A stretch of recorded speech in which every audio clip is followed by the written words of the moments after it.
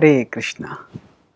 We can't avoid being controlled, but we can choose our controller.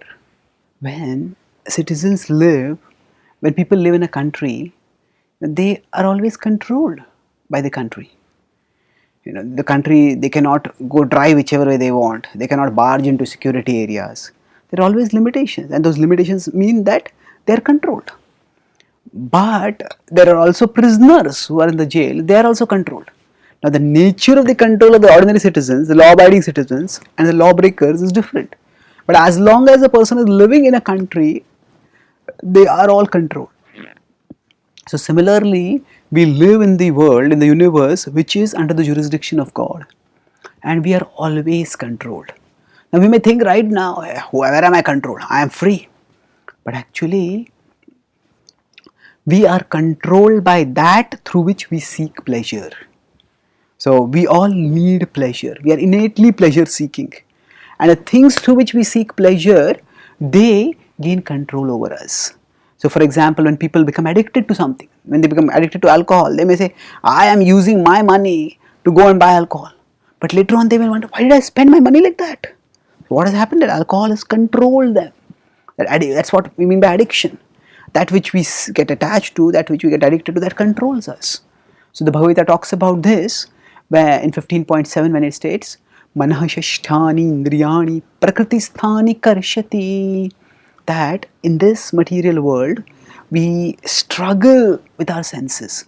In fact, as long as with the mind and senses we conceive what will give us happiness and chase after those objects, we struggle. Because why? Those objects control us. So if we think objectively, we all have certain sources of pleasure, and those sources of pleasure will control us inescapably.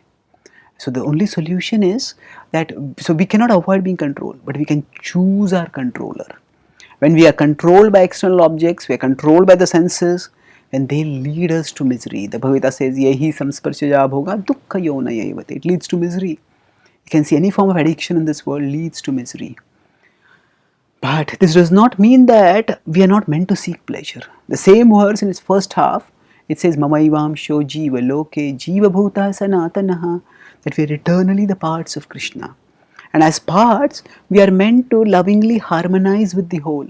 And by harmonizing with the whole, we are meant to relish unending happiness. So, when we start practicing bhakti, we may feel, oh, I have to follow this rule, I can't do this, I can't do that, I'm being controlled. But actually we are always controlled. A person who is addicted, that person, you just, if they are under control of addiction, then they are pulled where they do not want to actually go. Or even when they are trying to get out the addiction, they have to be cautious. No, I can't go there, otherwise I'll become allured. So either way, we are always controlled.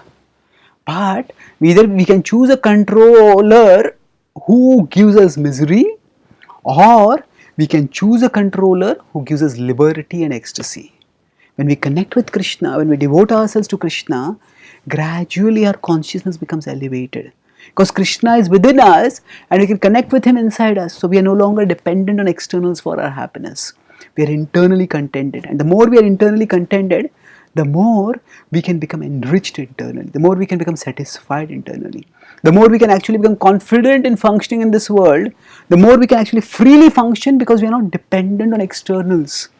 And thus, we can relish freedom in a real sense by being connected internally. And ultimately, the deeper our connection with Krishna, because Krishna is the source of unlimited happiness, we get ecstasy in that connection. So by knowing that we cannot avoid a controller, but that we can choose a controller, we can actually practice the process of bhakti, which frees us from the control of the mind and senses and the worldly objects that give us misery, and place ourselves in the loving control of the Lord who gives us liberty and ecstasy. Thank you. Hare Krishna.